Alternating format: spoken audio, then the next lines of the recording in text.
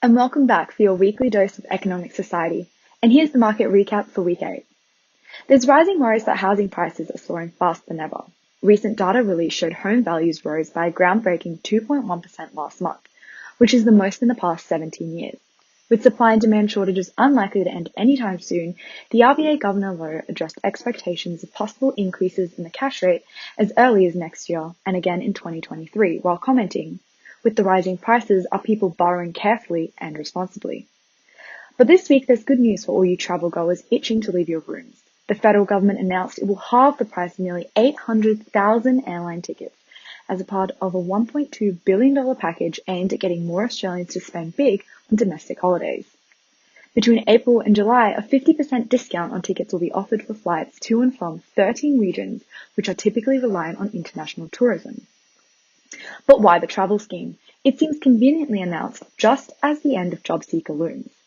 And although the pandemic still remains prevalent and on the forefront of the news, as of April 1st, the government will phase out its coronavirus supplement while simultaneously increasing the JobSeeker rate by $50 a fortnight for almost the 2 million Australians who remain reliant on the payments.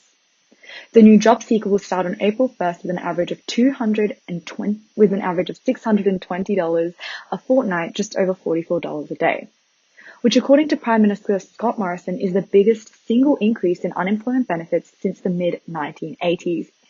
It was announced that to be eligible, unemployed people have to conduct 15 job searches a month, and as of July 1st, 20 job searches a month. Also this week, the Leader of Opposition Anthony Albanese pledged a $15 billion fund for Australian manufacturing jobs, claiming the COVID pandemic exposed serious deficiencies in Australia's economy, in particular our ability to manufacture products and be globally competitive when it comes to innovation and technology. According to data, the sector only accounts for 6.7% of all jobs in the country, compared to the 17% in the 1980s, which is the lowest on record, following a drastic 50,000 manufacturing jobs lost throughout the pandemic.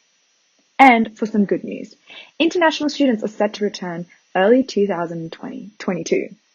Australia has been crippled by a consequence of border closures, with a loss in the $10 billion international students market, followed by a $1.8 billion and 17,300 job losses within the university sector.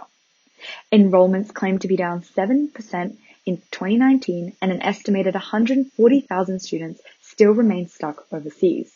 However, Education Minister Trudge announced more clarity will be released on the issue by mid-year, at which time there will be more certain knowledge on border openings. And that's it for this week's market recap. Hope you have a good week.